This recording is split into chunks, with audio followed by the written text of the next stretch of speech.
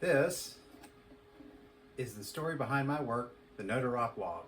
So a few weeks ago, I had my art booth open for the Labor Day weekend at the Square in Marietta, Georgia. Now, every one of these artworks that you see here has some story I can tell to prospective buyers, but there was one in particular that got asked about a whole lot, and it was this one right here. This is the Georgia Wog. It's a legendary creature from my home state of Georgia, and so I'm here to tell you a little bit about the backstory of that. The name of this creature is the Nodarok Wog. Nodarok is a location, and Wog is what it's called.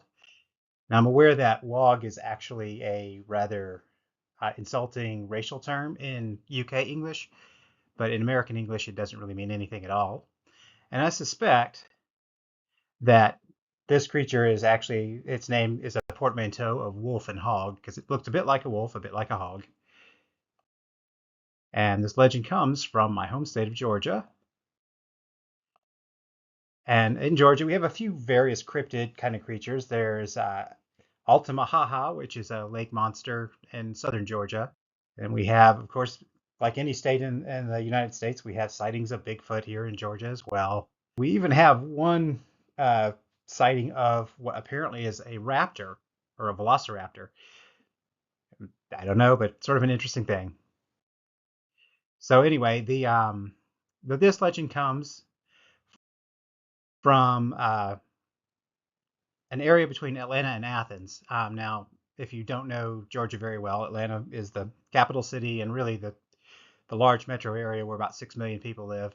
And Athens is the home of the University of Georgia, which is where I went to school. So I often did this drive from Atlanta to Athens. And in between these two cities is the town of Winder, which is where this legend comes from.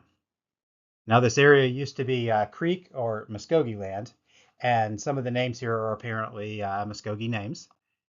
One of the locations here is called Nodarok, which is the Muskogee word for gateway to hell. And apparently it was a bubbling pit of mud with a small temple on the side where things like apparently human sacrifice would take place. I don't know, but I'm not so sure that the word Nodarok is actually a Creek word. It might just be something somebody made up. Nowadays, the bubbling pit of mud has been trenched and made into farmland and then overgrown again. So now it's really just a sort of a mud puddle along Highway 316. And I wouldn't recommend looking for it as it lies on private land. So the Wog was said to be a creature that was part bear, part wolf, and it guarded this Nodarok mud pit. It was said to have shorter back legs than it did front legs, a white tuft on its tail, long tusk-like teeth, and of course, like every popular cryptid, glowing red eyes. So this is my rendition of the Georgia Wog. Thanks, everyone, and good night.